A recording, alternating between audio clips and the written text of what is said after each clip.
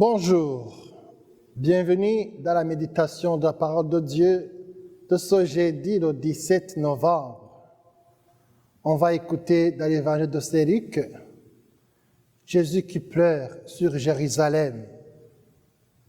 Nous écoutons l'évangile selon Saint Luc, chapitre 19, versets 41 à 44. Écoutons l'évangile.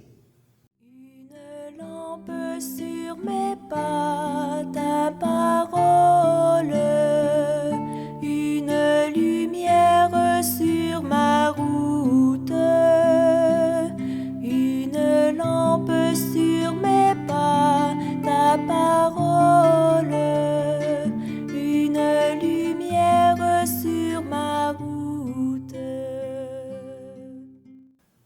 En ce temps-là, lorsque Jésus fut près de Jérusalem, voyant la ville, il pleura sur elle en disant, « Ah, si toi aussi tu avais reconnu en ce jour ce qui donne la paix.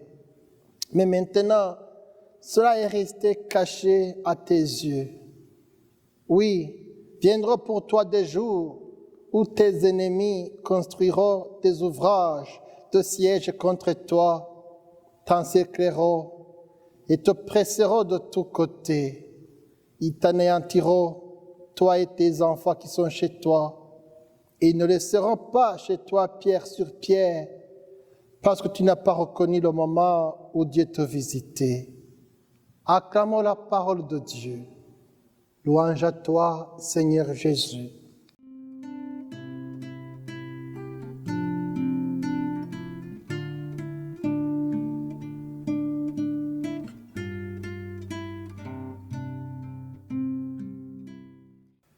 Jésus pleure sur Jérusalem comme une mère pleure son enfant.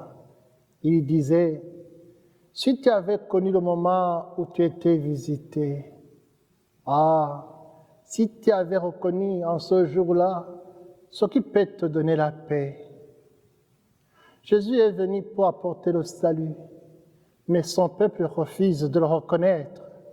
Il refuse le Sauveur en Jésus. Jérusalem, en ses dirigeants, s'occupait de Dieu. Jésus ressentait une profonde tristesse face à sa résistance à la parole de Dieu et prévoyait le désastre auquel Jérusalem serait bientôt confrontée. Jérusalem va perdre toutes ses défenses et sera anéantie. Ce n'est pas le Seigneur qui veut cela, mais c'est bien la conséquence du refus du salut de la vie offert par Jésus. Aujourd'hui, nous voyons bien que la violence se développe, que la justice est de plus en plus bafouée. Notre société est en voie de perdition quand elle refuse la parole de Dieu. C'est vrai, quand nous refusons Dieu, et rien de tout cela ne restera sans conséquence. Tout péché porte en lui sa semence de mort.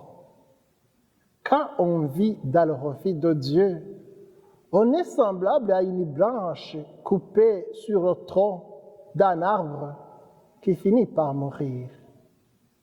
J'entends ici et là des grands-parents chrétiens qui pleurent parce que leurs enfants et petits-enfants ne fréquentent plus l'Église catholique. Devant notre société qui tend vers la perdition, qui refuse Jésus et son évangile, que faire en tant que chrétien devant cela? Pleurer, oui, certes, mais les larmes ne changent pas grand-chose si elles restent au niveau du sentiment. Il faut entrer en combat contre le mal qui ronge et détruit notre société. Et ce combat-là ne se mène pas à la manière des hommes d'aujourd'hui, par le rejet, la violence, la chicane ou la guerre, mais bien avec les armes que Dieu met à notre disposition, qui sont la prière, le jeûne, l'adoration, la charité, le service des pauvres, tout en mettant bien sûr la lumière du monde et le sel de la terre.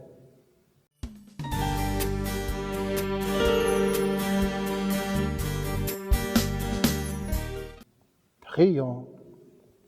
Puissent les larmes du Christ sur Jérusalem toucher notre Québec, toucher notre monde, toucher nos dirigeants politiques, nous toucher tous et toutes et devenir un appel à notre cœur en vue d'une véritable conversion pour la gloire de Dieu et le salut des hommes.